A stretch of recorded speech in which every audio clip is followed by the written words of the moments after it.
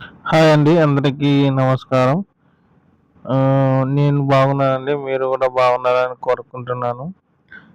ముందు నా వీడియో చూసిన వాళ్ళైతే ఒక లైకు, షేరు, సబ్స్క్రైబ్ చేయండి ఫ్రెండ్స్.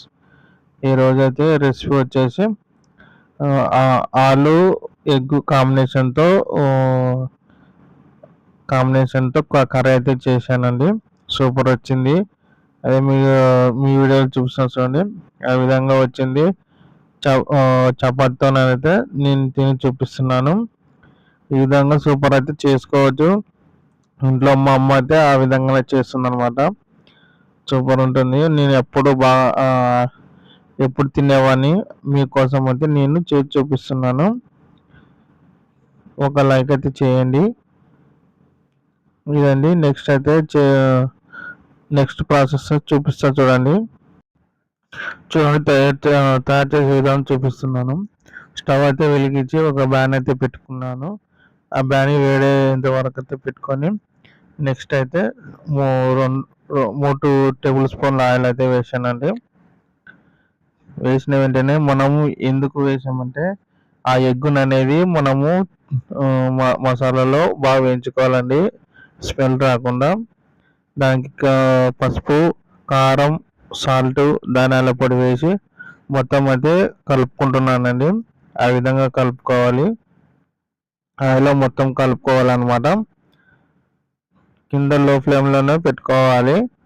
లో ఫ్లేమ్‌లో పెట్టుకొని ఆ మసాలా మొత్తము కలుపుకోవాలనమాట. కొంచెం అయితే వేగిందనమాట.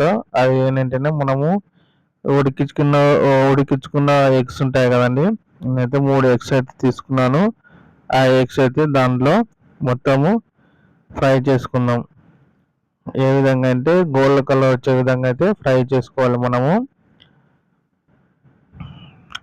మళ్ళా ఆ విధంగా పెట్టేసి మూతతో పెట్టుకున్నాకండి మొత్తము దగ్గరుండి వేయించుకోవాలి. లేదంటే ఒకటే సైడ్ మొత్తం మాడిపోతుందనమాట.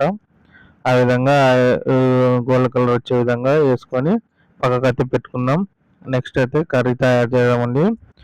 అదే ఆయిల్‌లోనే మనము ఒక 2 ఆనియన్స్ కట్ చేసుకొని, ఒక 3 పచ్చిమిర్చి చీల్చుకొని మొత్తం అయితే వేసుకున్నామండి. వేసుకొని ఆ విధంగా కలుపుకోవాలి. నాకైతే ఆయిల్ అయితే కొంచెం తక్కువయిందండి. అందుకే కొంచెం యాడ్ చేశాను ఆయిలు. మీరు కూడా ఆయిల్ తక్కువైతే వేసుకోవచ్చు. ఆ విధంగా బాగా ఫ్రై కావాలి. ఎక్కువ మాడిపోకూడదు, ఎక్కువ ఫ్రై కావాలనమాట. మీడియం ఉండాలి.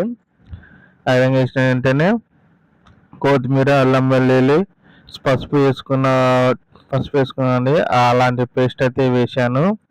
మా అమ్మ అయితే తయారు చేసిందనమాట. ఆ విధంగా తయారు చేసుకొని వేసాను. వేసుకొని కొంచెం వేగిన వెంటనే మనము 3 టమాటాలు ఉంటాయి కదండీ! అవైతే మిక్సీలో పేస్ట్ మాదిరి చేసుకొని వేసాననమాట. వేసుకొని మొత్తం అయితే కలుపుకోవాలి. టమాటా పచ్చి వాసన పోయేంత వరకైతే కలుపుకోవాలి ఆ విధంగా. అప్పుడే మనం వేగిందంటే పైన ఆయిల్ అనేది ఏర్పడుతుందన్నమాట.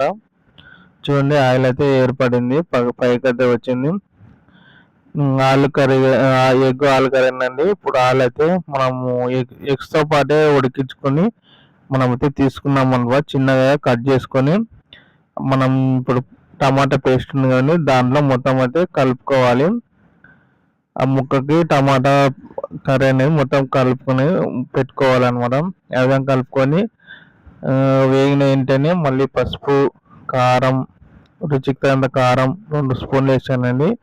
అదేవిధంగా సాల్టు తీసుకొని మొత్తం అయితే మిక్స్ చేసుకుందాం. బాగా ఆలుకైతే మొత్తం పట్టే విధంగా అయితే కలుపుకోవాలి బాగా. అన్నీ లో ఫ్లేమ్‌లో చేసుకోండి. హై ఫ్లేమ్‌లో అయితే స్మెల్ వస్తుంది, ఘాటొస్తుందనమాట. ఆ విధంగా కొంచెం నేనైతే గ్రేవీ తయారు చేసుకోవడానికైతే నాకు గ్రేవీ కావాలండి. అందుకైతే కొంచెం అయితే వాటర్ వేసాను. అదేవిధంగా ఆలు కూడా దాంట్లో బాగా ఉడకాలనమాట. ఆల్రెడీ ఉడికించాము. కొంచెం ఉడికితే దాంట్లో గ్రేవీకి సెట్ అయ్యే విధంగా ఉంటుందన్నమాట. ఆ విధంగా ఉడికే మధ్యలోనే ఒక 2 నిమిషాలు ఉడికే మధ్యలోనే 3 ఎగ్స్ మనం ఫ్రై చేసుకున్నాం కదా! అవి ఒక ఒక ఎగ్‌ని 2 పీసులుగా కట్ చేసుకొని మనం దాంట్లో అయితే ఉడికే మధ్యలోనే వేసేసుకుందాం. వేసుకొని మొత్తం చిన్నగా కలుపుకోండి. ఎందుకంటే ఆ పీస్ ఎగ్ అనేది నుసు నుసు అయితే బాగుండదు, మనకి పీస్ ఉంటే బాగుంటుంది అనమాట. అదే మళ్ళా ఉడికే విధానం మధ్యలోనే ధనియాల పొడి, గరం మసాలా వేసి మొత్తం మిక్స్ చేసుకుందాం. ఎందుకంటే ఇంకా లాస్ట్ అండి, అందుకే మధ్యలోనే మసాలా వేసి మొత్తం అంటే మిక్స్ చేసుకుందాం అనమాట. ఈ చిన్నగా అయితే కలుపుకోండి, ఎందుకంటే నుంచి అయితే మనం తినడానికి ఆస్కారం ఉండదు ఎగ్గు, కాబట్టి చిన్నగా అయితే కలుపుకోవాలి. స్మెల్ అయితే సూపర్ వచ్చిందండి. మనం అయితే కొంచెం ఉడకబట్టడానికైతే మూత పెట్టుకొని పెట్టేసుకున్నాం. చూడండి, ఒక 5 నిమిషాల తర్వాత తీసి చూస్తే మొత్తం గ్రేవీ దగ్గరికి అయితే తయారైందండి. ఇదండి ఆలు ఎగ్ కర్రీ అయితే తయారైందండి. ఇలా మీ ఇంట్లో కూడా మీరు ఎప్పుడన్నా చేసి ఉంటే ఒక కామెంట్ చేయండి. ఈ వీడియో మీకు నచ్చినట్లయితే లైక్ చేయండి, షేర్ చేయండి, సబ్స్క్రైబ్ ఫ్రెండ్స్. Bye friends.